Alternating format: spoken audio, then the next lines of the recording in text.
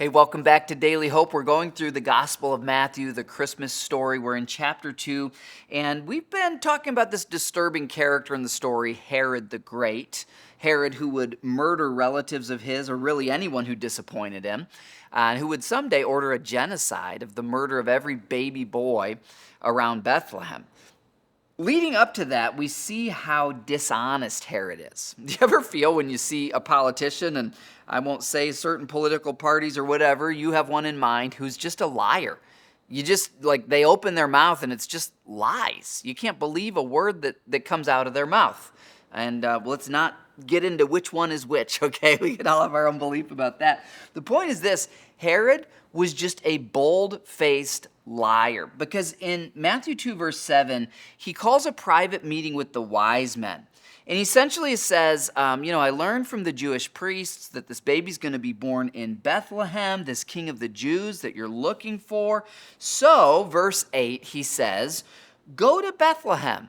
Search carefully for this child, and when you find him, would you please come back and tell me so that I can go and worship him too?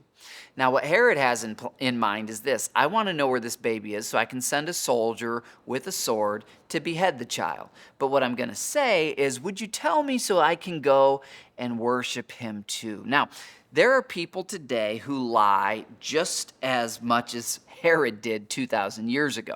They're in government, they're in business, they're in some of our families, they're in our workplaces. And when people lie and they get away with it, we can feel like, oh, this just isn't fair. Why do the unjust people, why do the liars seem to be rewarded when people like us who are honest and we're trying to be humble and do the right thing, we suffer through life? Well, if you feel that way, I just want to encourage you. Herod appeared to be getting away with his lies, but the story wasn't over yet.